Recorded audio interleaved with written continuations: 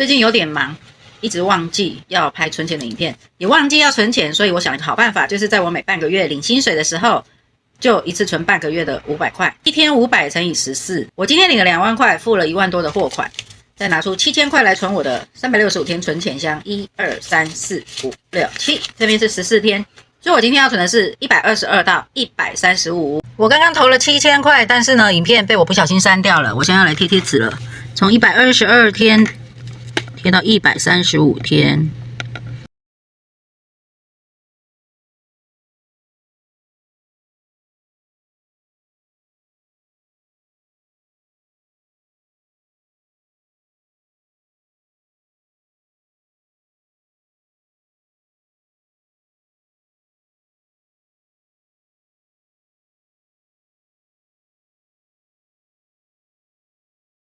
好，14天贴完搞定。